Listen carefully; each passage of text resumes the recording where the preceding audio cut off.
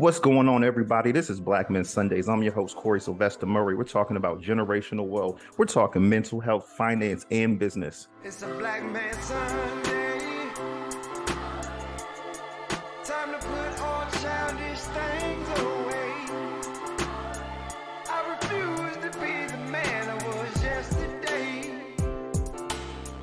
Gotta put my best foot forward and elevate. And today's show is no different. We have Joel Edward Love Jr. This brother's out of Oakland, California. He's the founder of Black Men Executive. We're going to find out what that is. This brother here is also the owner of Champions Mental Health. So we definitely got to talk about that with the climate that we're living in right now. So without further ado, Joel Edward Love Jr., welcome to Black Men Sundays, brother. How you doing? Man, I'm doing fantastic. Appreciate you holding this platform in the first place. Glad to be here and contribute what I can share. So let's go on and get started. As I said in the intro, you're the founder of Black Executive Men. Our show is about generational wealth. How is Black Executive Men helping brothers achieve generational wealth? Absolutely.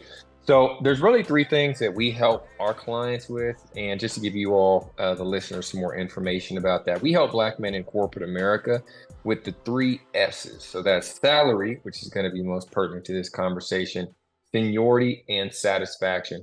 But the satisfaction might be connected too because it's connected to health. When you want to talk about keeping hypertension down, things of that nature, ideally it's a job that's not bringing you too much stress. But when we're working with our clients, whether we're helping them get a new job or a salary bump at their current organization and showing them tactics, strategies, motivation, accountability on how to do that, it helps them make more money. We're talking about 10K, 30K. We got a guy in our program now who's going from 300K to 700K. And I know that sounds, just maybe ridiculous, but it's not, because we got guys making millions, and it's just about how they package themselves and how they sell their services. How do you help brothers reach their full potential? So it's through one key transformative process we help them with, and it's called Zone of Genius. Now, we didn't invent it, but it's something that we definitely make sure we speak about with all of our clients.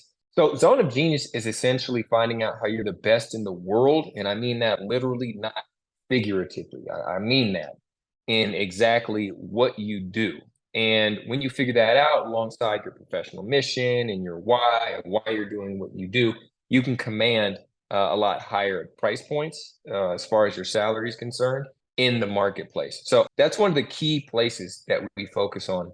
We actually had a brother, Donovan, and this was probably going on 2 years ago now. And he was working for an organization, John Deere, and he was a nice guy at the work. I mean, this is Morehouse grad, father of many, loving husband, and yet he was still being passed over for promotions. So that's when he came and spoke with us, and we helped him find his zone of genius. Within a relatively short amount of time, he pivoted. He's making, I think, 75% more than he was making in his previous organization. He's a director, so higher level of seniority, and he's over at Intel. So, and he's, had to move the family and everything, but it's been well worth it. So in that process, we really helped him to identify what is he the best in the world at doing. And then we gave him the communication tools when he's out there networking, doing informational interviews, when he's actually interviewing, how to convey that. So a company can see, if we bring you on, let's say we're paying you, 250K, we can make 2.5 million, typically a lot more from that investment.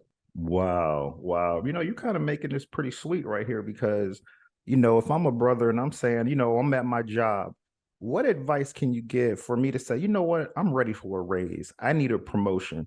What types of things as a Black man should we ask ourselves before because, I feel like sometimes we may go in a little emotional, and then you come out sometimes not even keeping the job, or you come out just I'm not going to say they look less at you, but they kind of look at you more like, okay, you're money hungry, versus, okay, you're the hard worker, the phenomenal person that we hired. But really, what should we ask ourselves before we go in that meeting? Yeah, well, really, there's four keys when it comes to career advancement.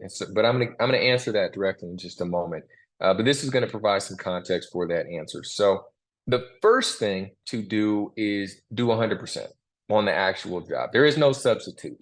So when you're, on your career, your job is a portion of your career strategy.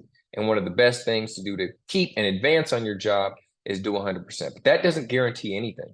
There's a lot of people that are doing 100% and haven't gotten any raises. They've gotten no promotions for various reasons. So that then lends to the second thing that you want to be aware of, which is running internal campaign for yourself. This is your own marketing campaign. McDonald's doesn't go a single day without letting you know they sell hamburgers. So just because you're doing a great job doesn't mean people know about it. It doesn't mean that the CEO knows about it. It doesn't mean that any VPs, and depending on your level, directors, senior managers, even your manager knows the details of what it is, not only that you're doing, but the impact it has on the organization, on the people under you, on the people above you, on clients. And all of what I just said connects to value. And your role at an organization is to do two things, or one of two, or both. Make money, save money. It all boils down to that, from the janitor to the CEO. So when you can convey that your actions are leading to making, saving money, it positions you in their mind for advancement. So that's the second thing that you want to do, is not only, number one, do a great job, but number two, you have to sell constantly, market, advertise the achievements, the growth of you and your team or your division as well. Who do you want to market that to? Your executive sponsor, if we're talking like a Fortune 500 organization, your direct manager, mentors that you have in the organization. All of these people are on your success team. You are already the CEO of your own company, and that company is you in that role. So that really is the second piece to help secure. From the brothers I've seen that have done best, that are just like skyrocketing, they're not only doing their job well, they have an internal marketing campaign for themselves throughout their organization with decision makers. And that can really help them to really have promotions and raises come their way. But to actually directly answer your question, one of the things you want to look out for are other people around you getting promotions. That's a key thing. When you got hired, did you discuss a promotion schedule? For many people, that's going to look like on an annual review. That's absolutely the time to discuss when it's time for a promotion. Let's say that you move to a new part of the country and the cost of living is higher. It's time to discuss a promotion. Let's say that you've been given some new responsibilities and you killed it. You knocked it out the park. It's time to discuss a promotion. Now, I hear you on the question of not wanting to look money hungry, but I think as long as you are providing a lot more value than they're even asking for, it's always on the table. It's always something that you can consider. And you essentially know that if you are or not.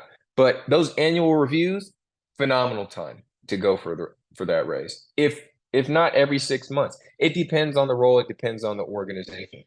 If you're in a startup, 6 months, absolutely, because they're growing fast. They're hiring. They're firing. Your responsibilities are increasing at, let's say, a tech startup all the time. So yeah, I would consider every 6 months to 12 months. I've heard some brothers say, listen, I've been on my job 2 years.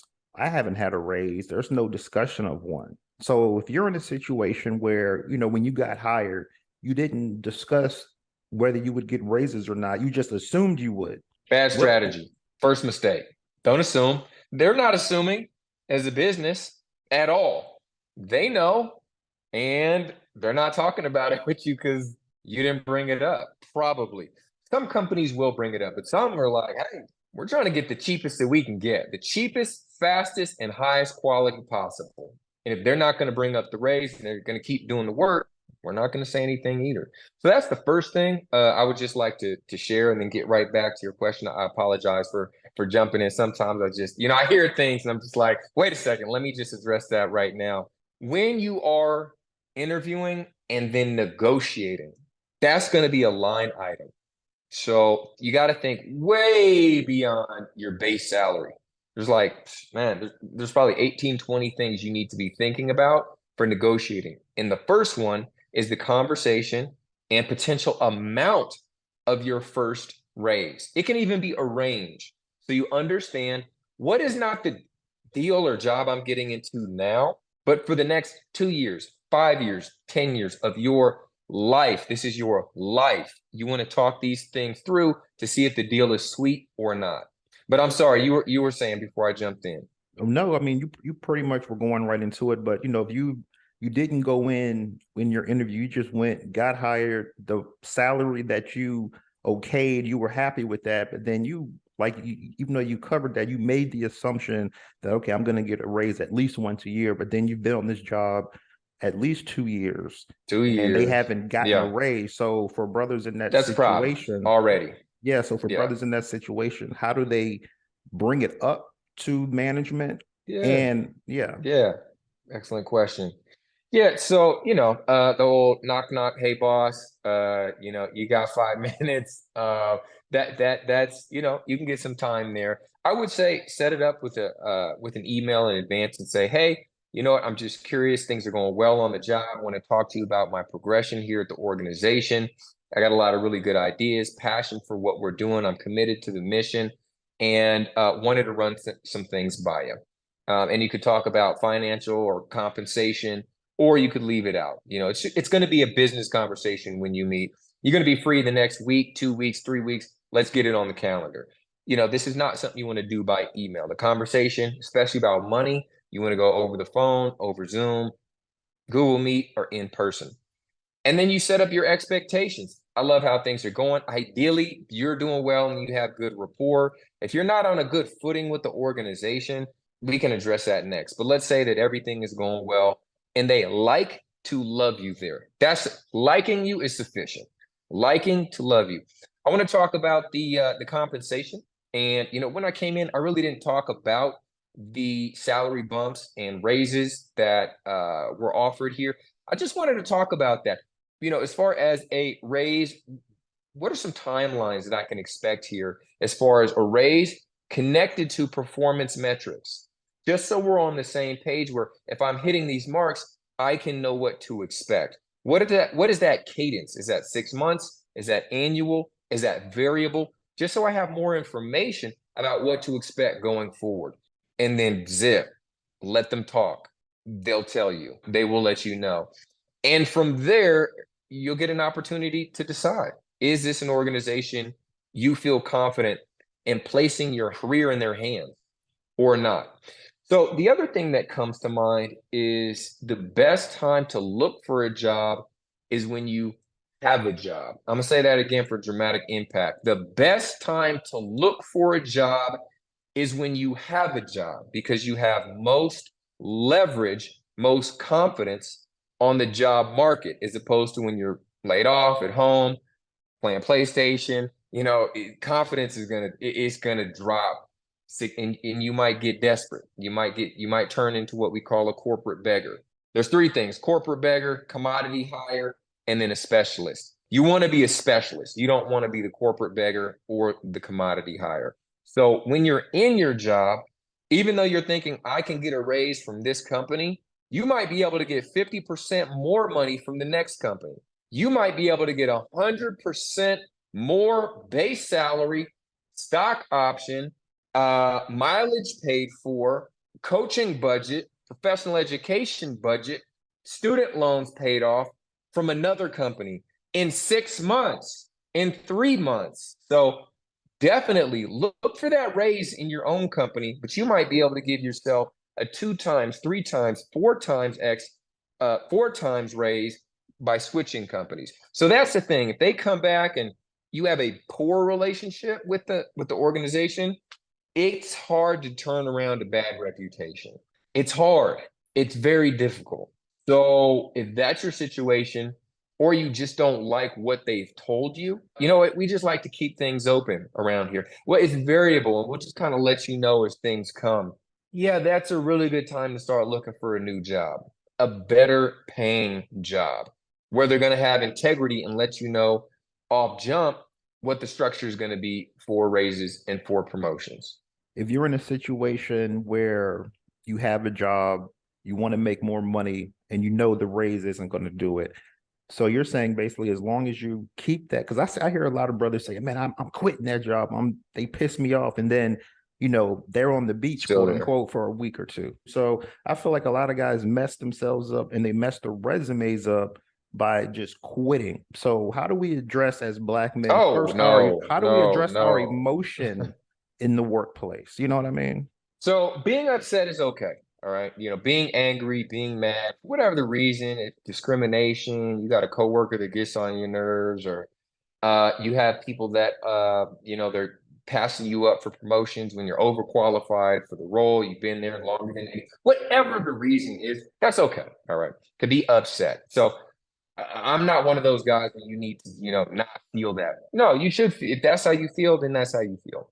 But I think, speaking to your point, there's a win and a where and a how. And I had actually still working with him now, and he is in the accounting space. And some things were going down at work, and he was getting pissed. And he had a white woman who was a boss, and so there's the racial and the gender dynamic going on, and he's feeling like they're coming at him, and it seems like that was the case, belittling him. And he's one of the only brothers in the whole office, so he's feeling essentially outnumbered. Nobody's got his back, and he let her have it, basically. And they let him know that they were going to be letting him go.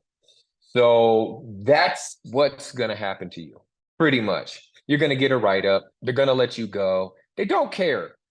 This is, it's blood sport out here in corporate America many times. You got to play by the rules. You unfortunately, as a black man, when they talk about working twice as hard for half as much, it's because, yeah, you got to control your body language. You got to monitor who's in the room, who's not in the room. You got to track the gender. You got to track race.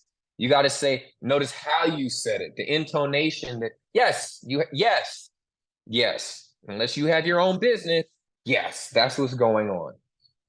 Can you still win? Yes, you can still win in these environments. So the first thing is, in the workplace, it's not the place to explode. Here, let me put some context around it, though, because at your work, who you show up to your job as, even though there's a movement of bringing your whole self to work, it's not you. It's not you. It's your professional identity. That's who's going to work.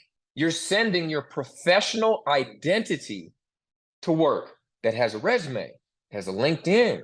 It's got network connections that are purely for business purposes. That's just like you have an avatar on Facebook or TikTok or Twitter or whatever. It's the same for your job. It isn't you kicking it at home with your boys, with your family. It's not those identities. It's a professional identity. So you can do things that support your professional identity winning, which then feeds everybody else. Your professional identity makes sure all the other identities and family, if you're the breadwinner, eats. Okay?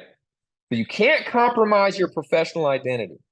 Lashing out at people, it's going to take the value of this professional identity down. And it's going to hurt all the other ones over here. You may feel good, but it's a bad decision for your professional identity. So you have to separate your personal identity and your professional identity. And the professional identity pretty much just has a let's solve it mentality. Okay.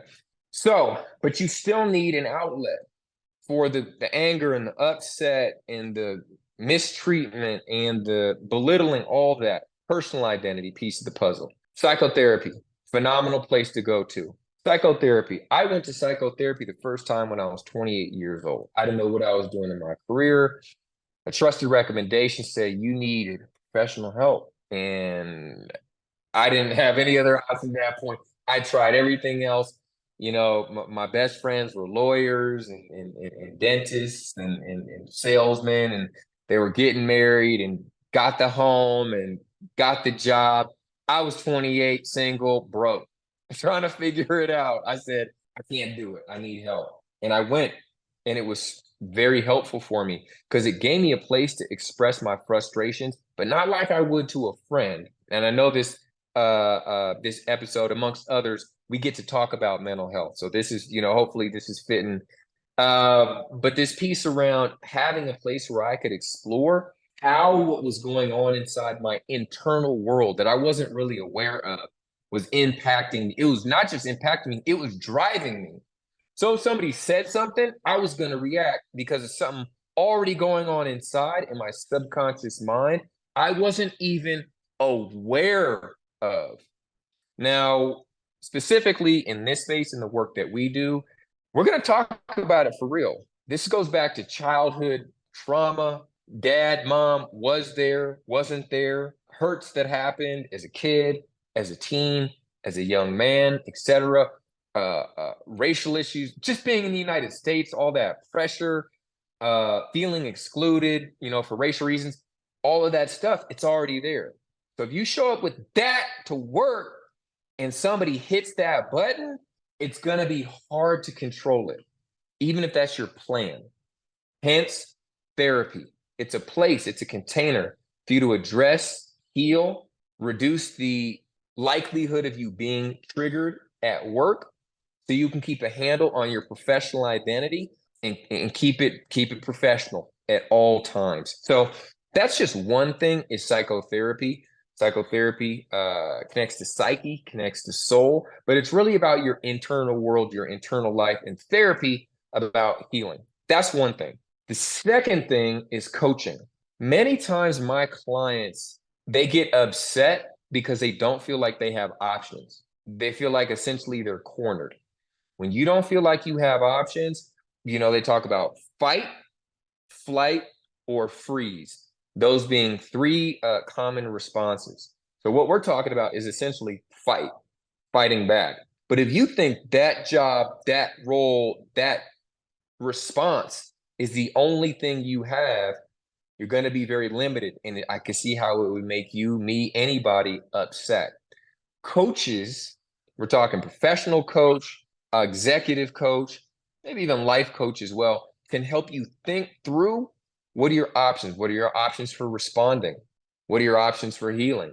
What are your options for how you can move in your workplace differently? What are your options for looking to a new workplace that's going to be less stressed? So I know there's a lot of ways to go about finding solutions to if you feel emotional at work, but those are two. And the key thing to remember is it's not your private self at work. It's your professional identity at work. These things need to be separated. They're different. Before we dive a little deeper into mental health, I want to go back to your coaching company, Black Executive Men. I noticed it says that you guys have helped over 500 Black men in corporate America obtain mid and senior level leadership roles. I mean, we're talking Google, we're talking Microsoft, we're talking Capital One. So these are some big boy companies. So for the brothers that are at home that are saying, how can I get involved with Black Executive Men? Absolutely. You can reach out to us on our website. It's blackexecutivemen.com. It's spelled exactly how it sounds, www.blackexecutivemen.com. Reach out, read through the website, see what we're talking about, see if you resonate with what's going on over there. And then from there, if it sounds like it's a good fit, you want some assistance taking your career to the next step, whether it is a senior level leadership role or a lateral move, or you're not even at the senior level yet. Maybe you're even trying to break into corporate America. I'm not actually a corporate guy. I'm a corporate outsider. As you talked about, I'm trained as a therapist. And then a few years ago, because we had so many brothers from the corporate space come to us seeking coaching, the demand was so high that we pivoted to coaching. And then I brought on a bunch of other coaches that could help. So if you're trying to break into corporate America, I know for me, driving my car up to Chevron and I'm paying Chevron, I'm like, what would it be like for them to pay me? Like I'm hopping on Google and I'm like, there's real people that are working on this web page. What if I could work with them directly? So there's a psychological piece of going from being a consumer of, let's just keep it to Fortune 500 companies, to actually being an employee or contractor where they are paying you. There's a psychological piece of making that shift and that pivot. But then there's also your network and your contacts, which the more work that I do with more senior level guys, the more I see that it's one of the most important tools in your toolkit. It's going to be your network.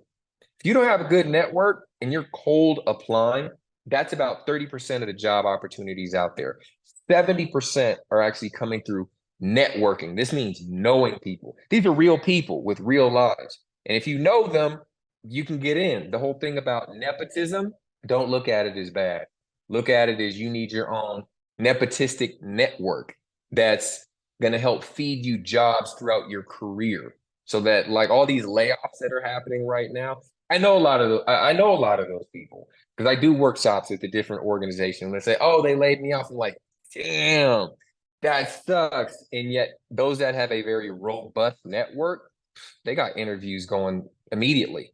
People are pulling them in for roles. So more to the answer than you asked in the question, but you can reach out to us at blackexecutivemen.com. So for the brothers that have their own businesses and they're saying, look, I want to hire some brothers on, but how do I know that I'm getting the right candidate for our position? Sure. Let's say that you're just starting out. I'm going to give a few scenarios. So that you're just kind of starting out, solo practitioner, and now business is going well or well enough, and you're ready to expand, right? You're ready to get some assistants or maybe some other lawyers or other accountants or people handling, some bookkeeping or things like that, and you want to bring them on.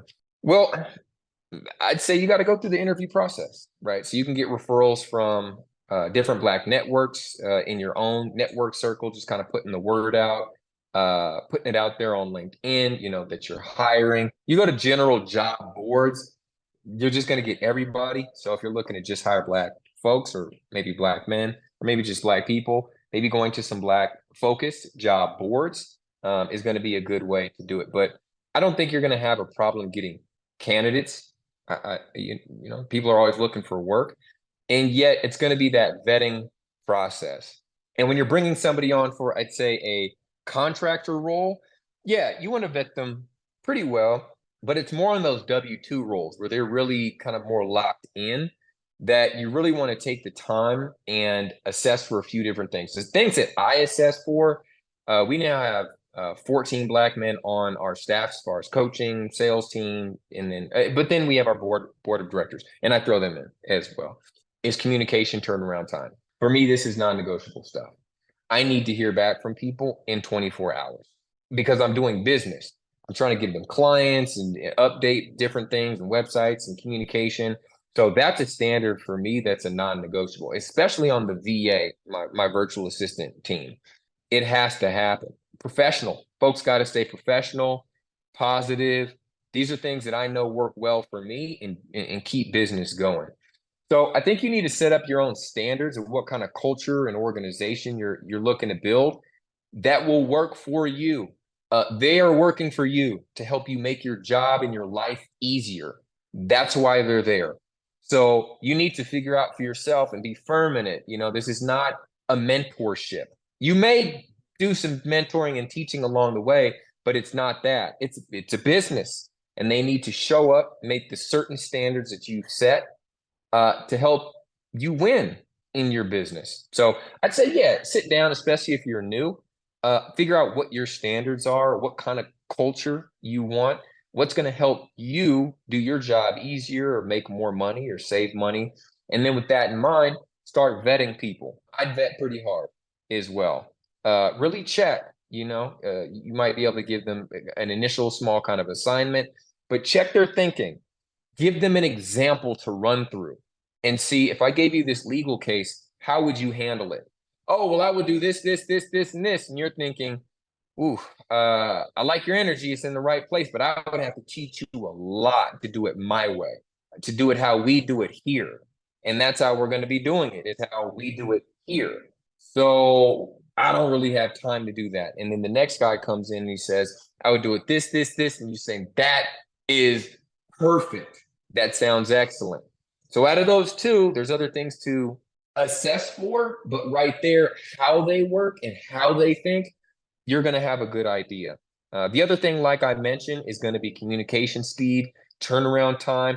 So you can learn that just when you're going back and forth. When you email them, do they hit you back immediately? Or are you waiting for 2 days? That's how it's going to be, likely, going forward. My guess is you want somebody with quick turnaround communication speed. And then generally, positivity, positive attitude. I mean, You got to figure that out for yourself. But I like people that are, bright-eyed, bushy-tailed showing up. I'm ready to get at it. Let's do it. I'm solution focused. What do you need? Here it is. Man, that makes my job so much easier. It makes me happy to pay them. And I've had the opposite as well.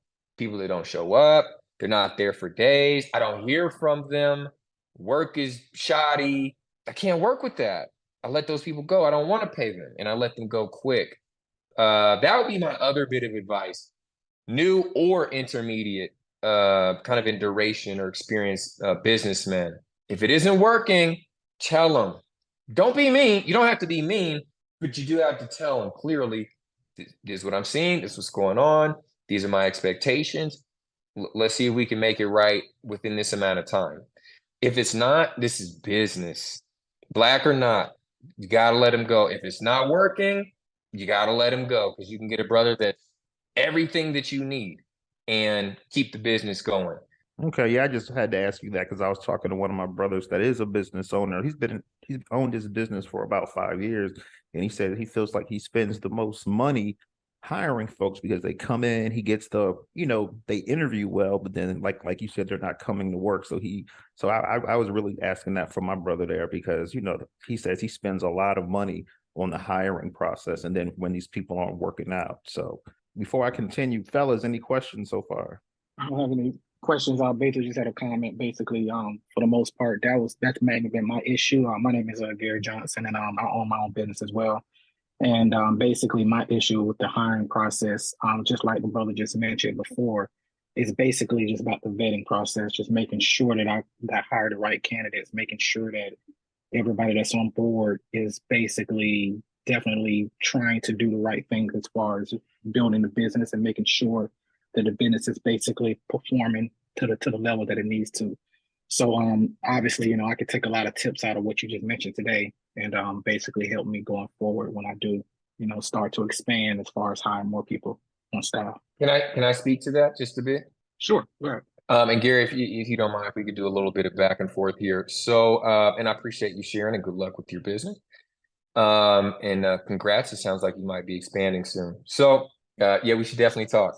I need to send some people your way if you're hiring. So, Gary, I'm coach hat now on. Are these employees that didn't work out, were there traits that you saw and ignored? I'm just starting with low-hanging fruit first. In the interview that showed up later is bad traits or undesirable traits. Did any of that show in the vetting process, or was it a complete surprise? Most of it was a surprise. I haven't really done a lot of hiring, but for the people that I did bring on, there we go. The people that I did bring on temporarily, those tend to put on a mask. They tend to basically, when you go through the hiring process, you tend to basically ask them certain questions, and obviously they know how to answer those questions correctly. And then when you start to see their work and see what they're doing, obviously it's nothing like what you really thought you were getting. So yeah. Okay, so let's dig into that just a little bit. So knowing what you do now, what would you do differently? I got a bunch of things that I could share, but just based on what you've seen and learned, how would you move differently? How would you vet differently? Because I hear that you're newer and gaining that experience of how to smell and hear and sniff out and see and hear what's even not being said, possibly can help you to be a better judge of your talent that you're bringing in going forward. Yeah, so obviously there's obviously things that I can do better as well, as far as different types of questions I can ask, and trying to approach it a little different. For the most part, just basically asking them obviously their background. Obviously, I'm in the county field, so obviously I need to know exactly what you've done in the past, what your experiences have been as far as working with certain types of clients and working with certain types of companies and things like that. Or, I need to know your knowledge base. I know your knowledge base and know exactly what you've accomplished as far as undergraduate school, if you went there and things like that. So there's obviously things that I can do better as far as some of the questions that I can ask. And those are things that I'm trying to prepare myself to do.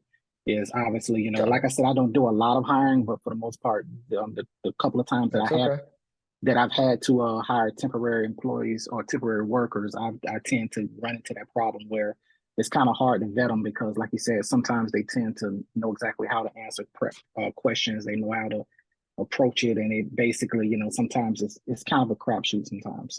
So I'm hearing that element about it being a crapshoot, and I'm also hearing that by vetting them kind of more with these tailored questions, where they went to school, what clients they worked for, what projects they did for those clients, maybe how they went about doing it, that could give you some more insight on how they would show up for your role. Is that right?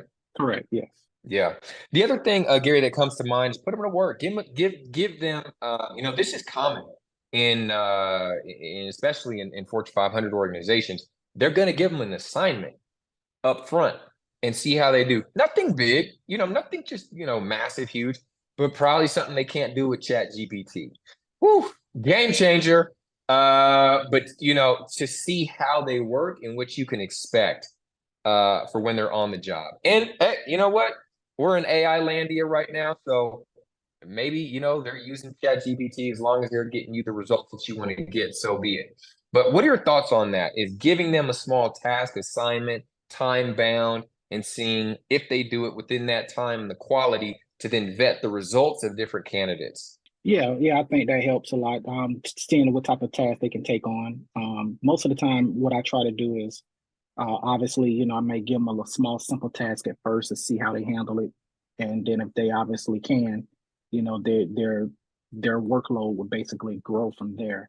So, I mean, those are also part of the vetting process as well. If I can see that you can take on more, then I know that you basically are serious about what you're doing. I know that you basically are, focused on the task at hand. So yeah. And last piece, Gary, I know we may have some other brothers that want to chime in with what's going on in their business or maybe on this topic.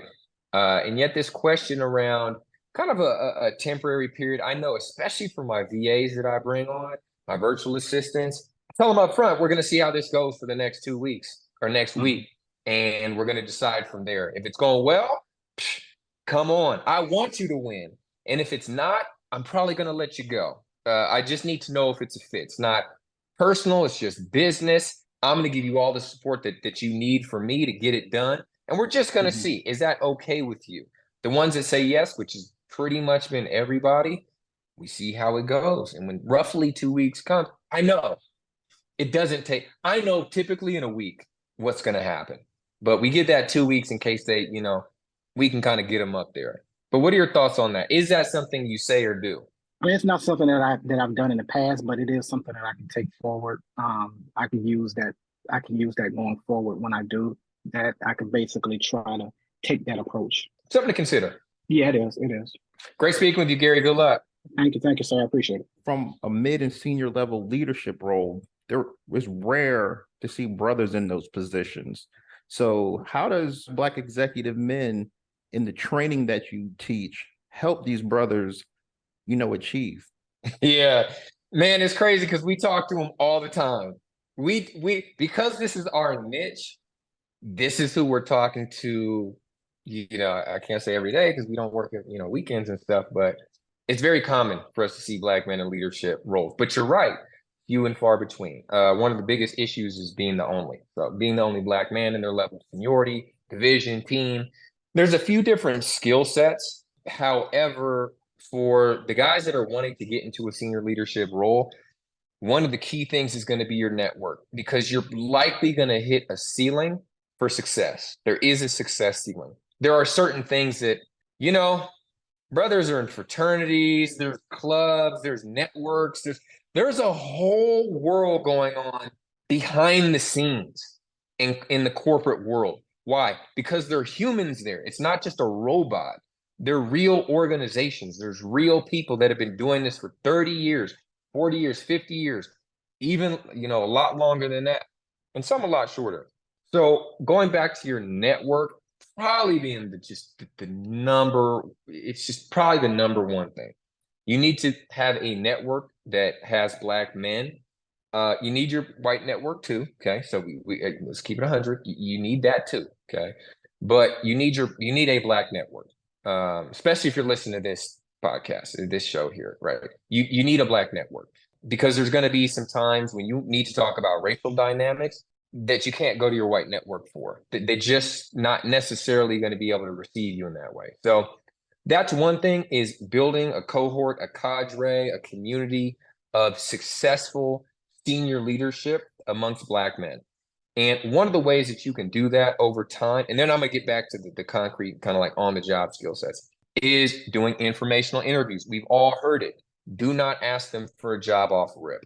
It's tacky. It's bad taste. You don't know them.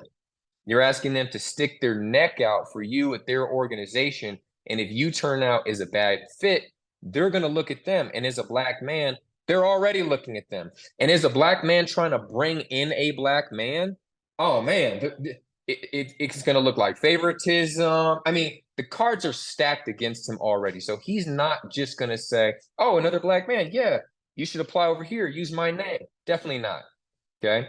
So you got to move with some finesse. So one of the best ways to do that, hop on LinkedIn, whatever industry that you're in. If you're looking to stay in that industry, let's say petroleum, for example, you're going to find out the top 10 companies, find out who the Black men are that are in senior leadership, reach out on LinkedIn and just simply say, you know what, I'm actually doing some industry research, on Black men in the petroleum industry.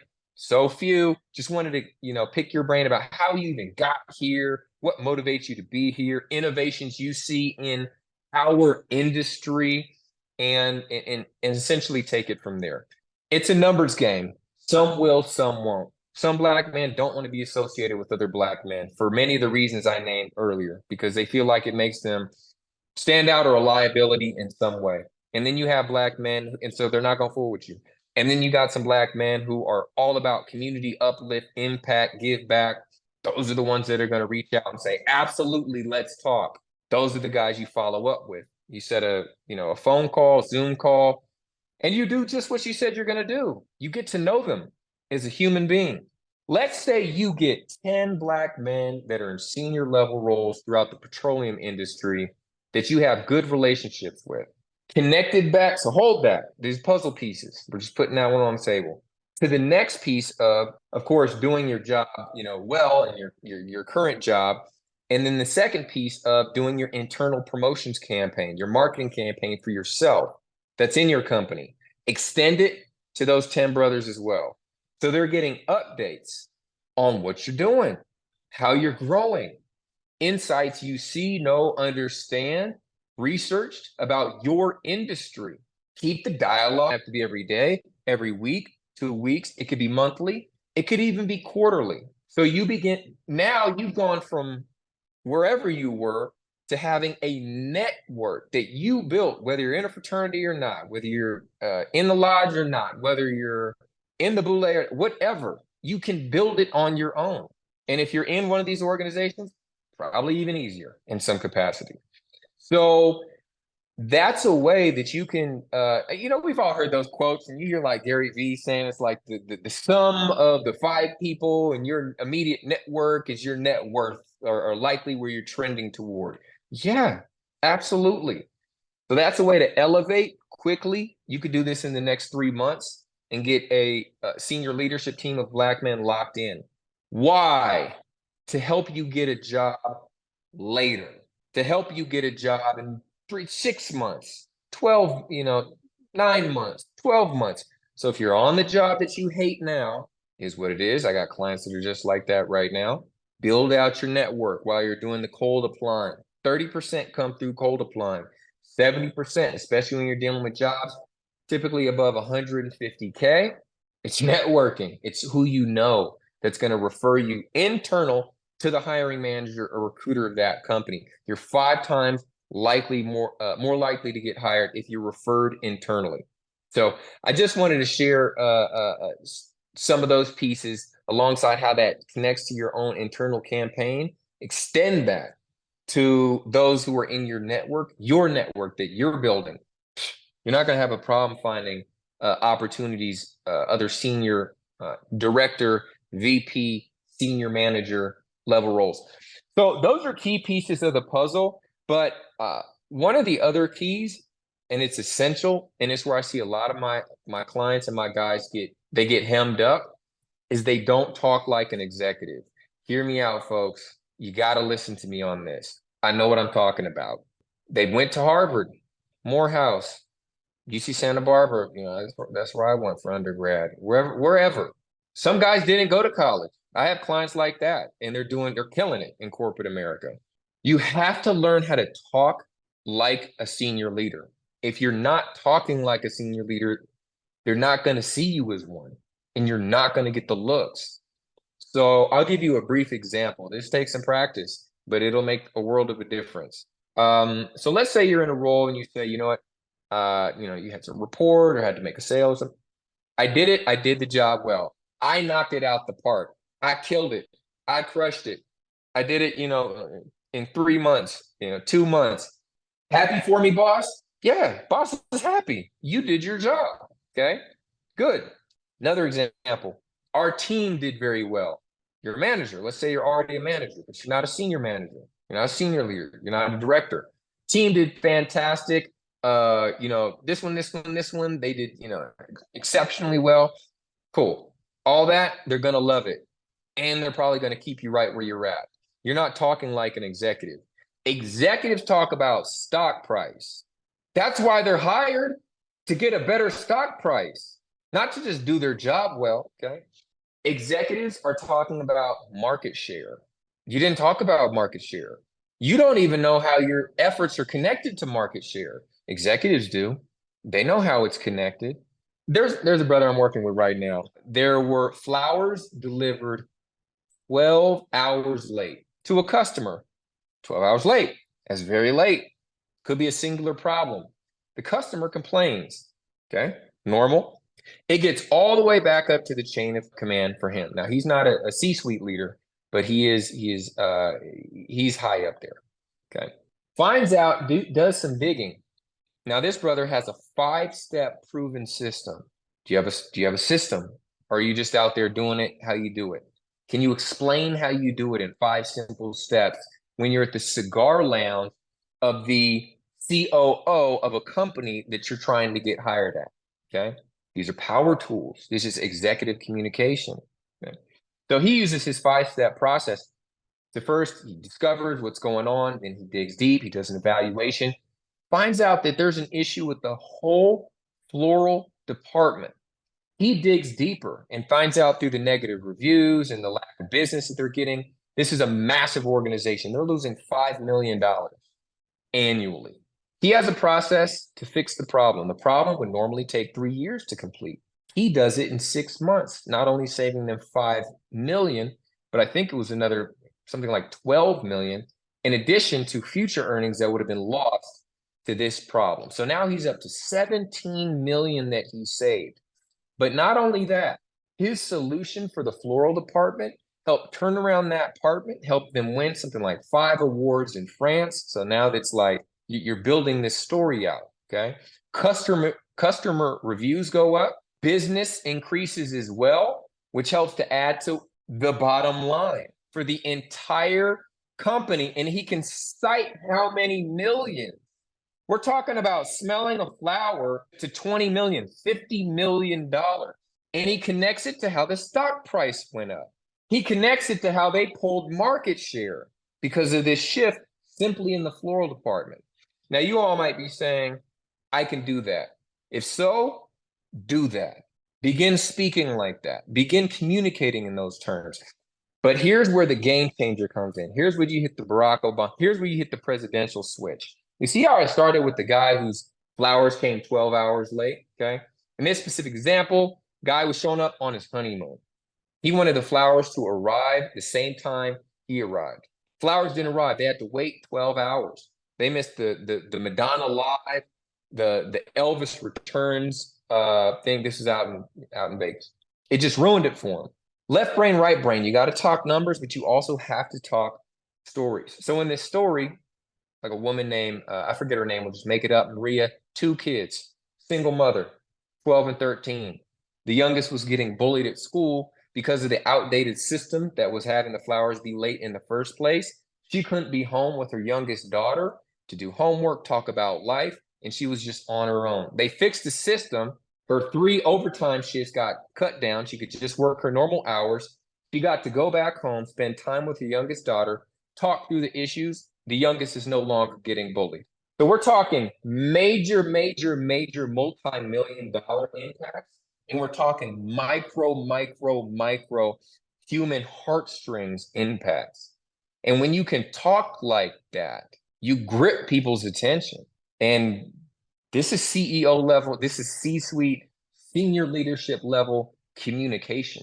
Most brothers have no clue that this is not that it's not going on, but that they need to be doing it too in order to get a role. Just real briefly, I'll share and then I'll cut it, which is there's 3 types of hires.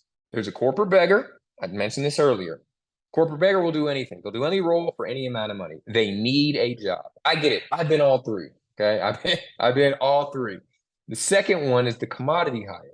The commodity hire is somebody who's qualified, definitely qualified for the role. No real passion. They can be swapped out with you can swap them out, swap them in with somebody else that can do that role. And then you have a specialist.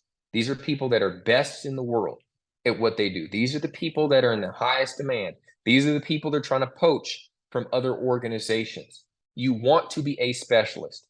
And when you speak like an executive, when you have a proven system, when you're clear on your professional mission, what are you trying to accomplish professionally?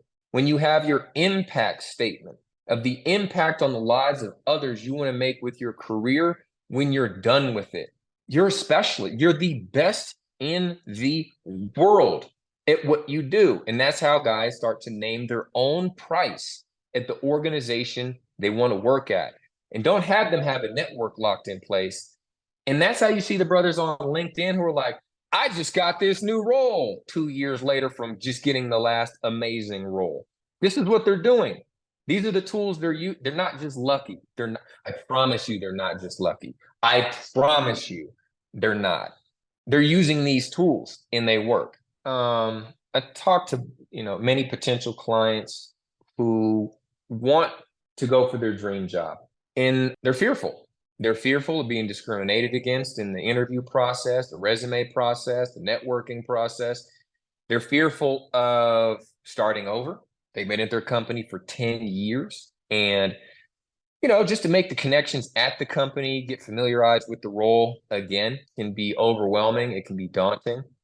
They're fearful of just not getting a role at all and having to, end up doing a job that they hate or just not having enough money to come in to support their family or even themselves. And I just want to validate all those to say that, validate. Yeah, it's okay to feel fear.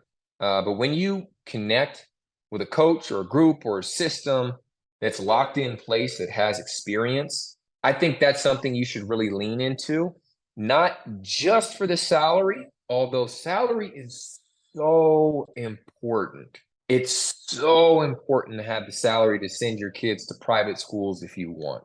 It's so important to be able to take the platinum vacation, the cruise with the whole family down in Jamaica, to have that lifetime. It's so important that when your parents age, they're not on the Medi-Cal, Medicare, Medicaid, Obamacare, split up, going to different hospitals. You can keep them together or in-home and have in-home support, top tier, top quality medication, doctor's visits, best foods for them when they're in their golden years. We're not talking about small stuff that money can bring. We're talking about major stuff that it costs money, okay? So don't downplay what it would be like to have more money. It could be absolutely game-changing for you. The next piece, I'm gonna keep it brief, is on seniority. There's a whole nother level of why you need to be in a senior level role if you're in one of these organizations. Just the benefits, the perks. You can actually get health insurance for the executive health insurance for the rest of your life if you're in some of these roles. You quit the job, you still have it coming for you and your family. The benefits are outrageous when you get to senior level, but not just those two things. It's for the satisfaction that you can have in a role where you're having the impact that you're desiring to have. You're accomplishing your mission, your professional mission for why you're here on earth. The level of satisfaction that can bring and confidence that it can have you not only show up in your job, but in your family and in your friend circle, church, spiritual community. It's just like it can be a new life for you, let alone how it can impact, we can talk about it. Maybe you put on some stress weight from the previous role. Maybe the blood pressure is kicking up because of the stress from a previous role. We're talking about health benefits that it can have on you as well. So I would say, even if you have the fear, I'd still say go for it, but don't freestyle this thing. Get with an expert, somebody that you feel confident can walk you through the process and has results as well. And then once you do, go for it. Go 100%. It'll pay off. Great information. Joel Edward Love, thanks for coming on Black Men Sundays. My final question, did you enjoy your time hanging out with us today? Man, this is fantastic. You got a good thing going. I'm going to tell some brothers about this. This is a winning program, and to have the call in, I love it. Once again, Joel Edward Love Jr., thanks for coming on Black Men Sundays. We appreciate spending some time with you today, getting some good professional coaching. Brothers, go to blackexecutivemen.com for more information. Peace. It's a Black Man Sunday.